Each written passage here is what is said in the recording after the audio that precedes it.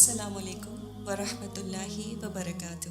میرا اور میرے شوہر کا تعلق ایک ماڈرن لبرل بیک گراؤنڈ سے ہے، جہاں اسلام کی بنیادی نکات ہی مکمل اسلام سمجھا جاتا ہے، اور ظاہر ہے اس میں پردے اور حجاب کا تو سوال ہی نہیں پیدا ہوتا۔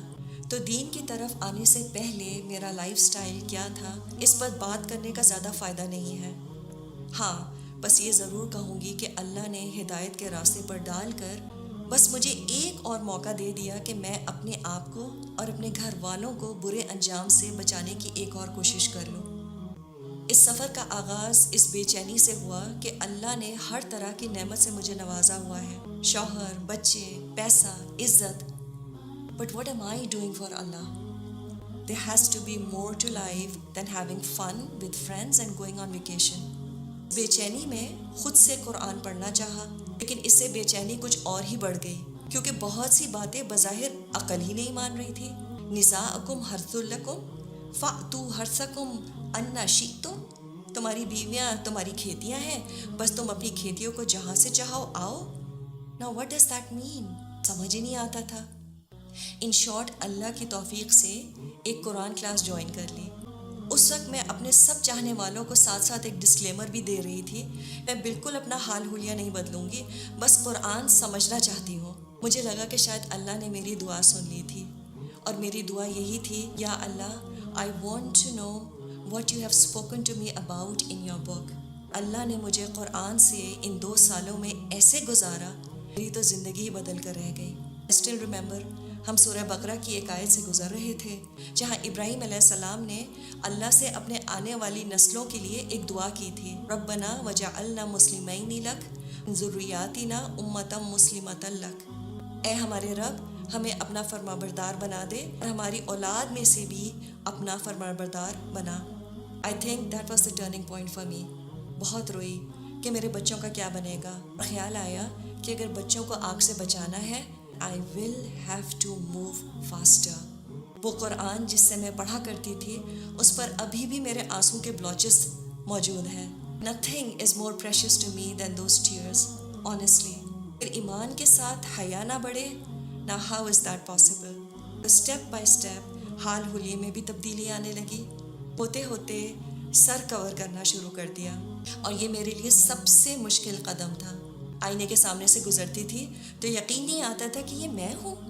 ابھی شاید شروع کے ہی چند پاروں پر تھی کہ میری بے چینی اور بڑھ گئی، and I wanted to go all out۔ I wanted to further cover myself and I decided to wear an abaya۔ اس کے لیے گھر والے بھی کچھ تیار نہ تھے۔ مجھے بھی سمجھ نہیں آ رہی تھی کہ اگر میں نے ابایا پہن لیا تو میں کیسے کوپ اپ کروں گی۔ میرے ارد گرد کہیں بھی ایسا ماحول نہ تھا جہاں پردے دار عورتوں کا انتظام ہوتا۔ اب یہاں پر پرانے دوست بھی کچھ چھوٹنے لگے، کیونکہ ان سے سمجھ نہیں آتا تھا کہ میں بات کیا کروں۔ مجھ سے کسی نے پوچھا کہ تم خوش ہو؟ And I still remember my reply۔ I said, how can I not be happy؟ I am for the first time in my life in love with Allah سبحانہ و تعالیٰ۔ اور جس سے محبت ہوتی ہے، اس کی خوشی سے بڑی خوشی کیا ہو سکتی ہے؟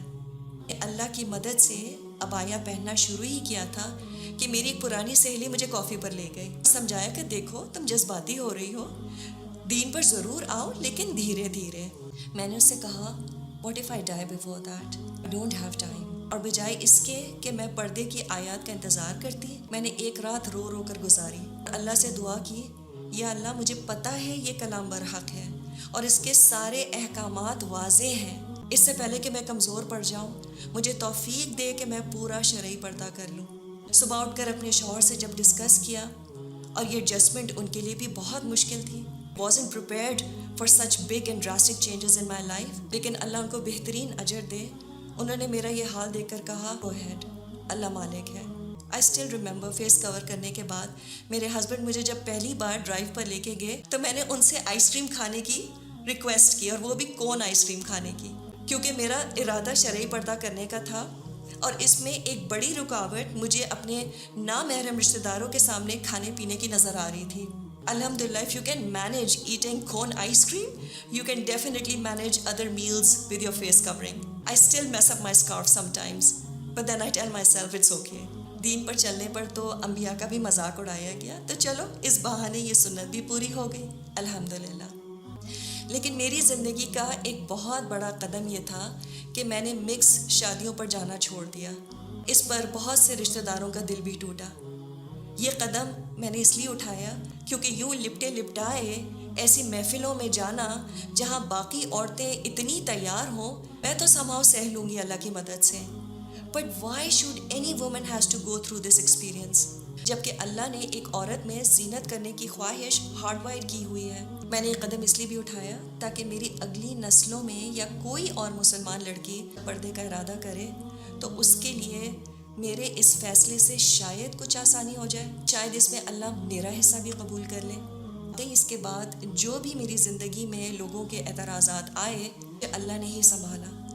لیکن جیسے مریم علیہ السلام کو اللہ نے شدید تکلیف میں کھجور کے تنے کو ہلانے کو کہا تھا، اللہ ہمیں بھی آزماتا ہے. He wants us to see shaking the date palms in our lives. اور اس کے بعد اللہ کی مدد ضرور آتی ہے.